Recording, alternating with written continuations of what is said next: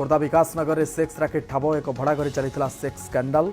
खबर पाई खोर्धा आदर्श थाना पुलिस और स्पेशल स्क्वाड टीम चढ़ाऊ। किंगपिन समेत 3 देहजीवी और 4 जन ग्राहकों को पुलिस धरी। गत किछि दिन धरी यह अंचल में सेक्स राकेट चली अभियोग होई आसुला।